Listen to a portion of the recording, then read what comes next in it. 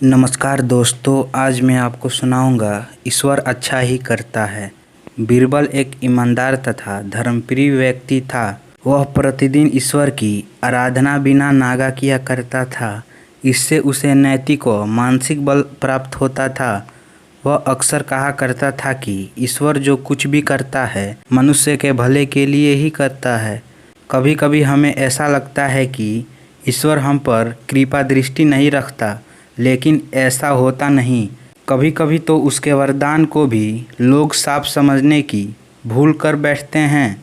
वह हमको थोड़ी पीड़ा इसलिए देता है ताकि बड़ी पीड़ा से बच सकें।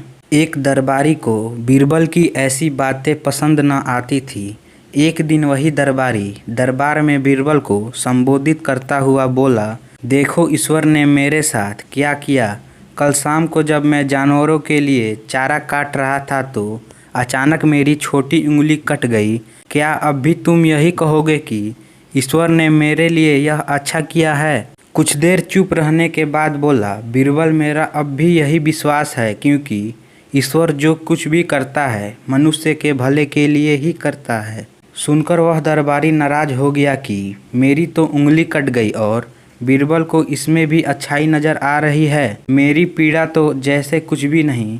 कुछ अन्य दरबारियों ने भी उसके सुर में सुर मिलाया। तभी बीच में हस्तक्षेप करते हुए बादशाह अकबर बोले, बीरबल हम भी अल्लाह पर भरोसा रखते हैं, लेकिन यहाँ तुम्हारी बात से सहमत नहीं। इस दरबारी के मामले में ऐसी कोई बात नहीं दिखाई देती जिसके लिए उसकी तारीफ की जाए। बीरबल मुस्कुराता हुआ बोला, ठीक है जा बना, समय ही बताएगा। अब 3 महीने बीत चुके थे। वह दरबारी जिसकी उंगली कट गई थी घने जंगल में शिकार खेलने निकला हुआ था। एक हिरन का पीछा करते वह भटक कर आदिवासियों के हाथों में जा पड़ा। वे आदिवासी अपने देवता को प्रसन्न करने के लिए मानव बलि में विश्वास रखते थे। अतः वे उस दरबारी को पकड़कर मंदिर में ले गए बलि चढ़ाने के लिए। लेकिन जब पुजारी ने उसके शरीर का निरीक्षण किया तो हाथ की एक उंगली कम पाई। नहीं, इस आदमी की बलि नहीं दी जा सकती।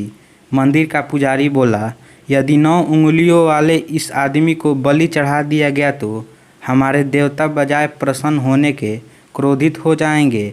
अधूरी बलि उन्हें पसंद नहीं। हमें महामारियों, बाढ़ या सूखे का प्रकोप झेलना पड़ सकता है, इसलिए इसे छोड़ देना ही ठीक होगा। और उस दरबारी को मुक्त कर दिया गया।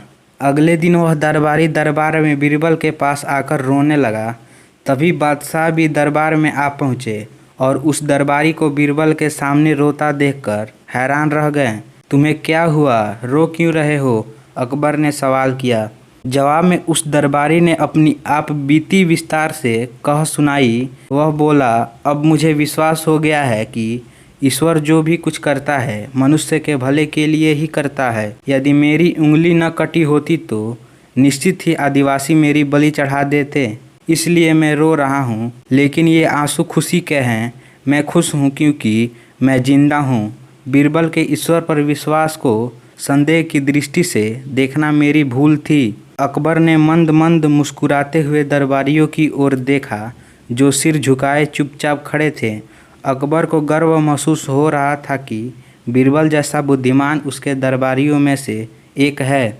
तो दोस्तों, आशा करता हूँ यह कहानी आपको अच्छी लगी होगी। तो इसे लाइक करें और हमारे चैनल को सब्सक्राइब करें। धन्यवाद।